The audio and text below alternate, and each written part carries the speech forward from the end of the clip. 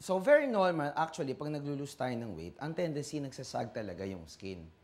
Nagkakaroon tayo ng loose skin on the arms, nagkakaroon tayo ng loose skin on the legs. No? So, ang main suggestion is actually, wag i-focus lang on sa area na yon. So, ang isa kong marirecommend is, you do exercises na dynamic. No? It's called functional training. So, aside from gumagamit ka lang ng core, gumagamit ka rin ng legs. So, yun, katulad nung kanina, I was saying, is pag yung sa legs, normally yung sa girls, nagkakaroon sila ng pear shape, lalo na pag nagsasagi yung butt.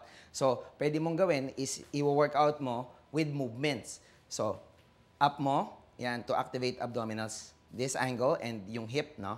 Tapos, side bend, yan, para magkikreate ka ng tension on the glutes. So, tapos, pwede mong i-push ka agad. 1. Bilis naman ng konti, pwede yun. So, exhale. So, ganun. Pwedeng mga 8 to 12 counts nga. Yun yung sa legs. No? Yun. So, dynamic. So, sa kabila, pwede rin ganun. 1, 2. So, exhale yun. Okay. Pwede rin sa calves. In fact, yung iba, nagkakaroon sila ng certain fat sa calves. So, pwede kang mag-workout na naka-tiptoe. So, kung kaya mo mag-bend, tapos tiptoe. Yan. Kung hindi kaya, pwedeng dito lang. So, extend, down, up. Yun. Tapos, isa pang exercise sa glutes, kasi yung glutes natin, maraming muscles involved yan eh. Hindi lang yung sa side, meron din yung sa rear. Yan yung nagbibigay sa'yo ng shape sa buong glutes mo. So, pwedeng, ganito. Yan. So, kick. Tawag dito, glute kick. So, inhale, exhale.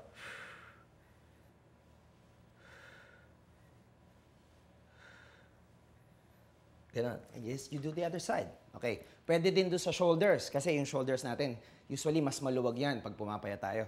So, pwede mong haluan ng konting parang martial arts. So, may punching. So, magkikreate ka ng work from your arm, shoulder. Pwede mong haluan ng konting uppercut. It's called uppercut. Yan. So, pwede mong bilisan para magmukha siyang aerobic. Pwede mong orasan, mga at least 30 seconds. O pwede mong bagalan. So, counts. Saluan mo ng konting kick, punch, kick, punch, kick. Sabi ko nga, dynamic. Pwede mong haluan ng hook, this arm, tapos side kick, hook, side kick.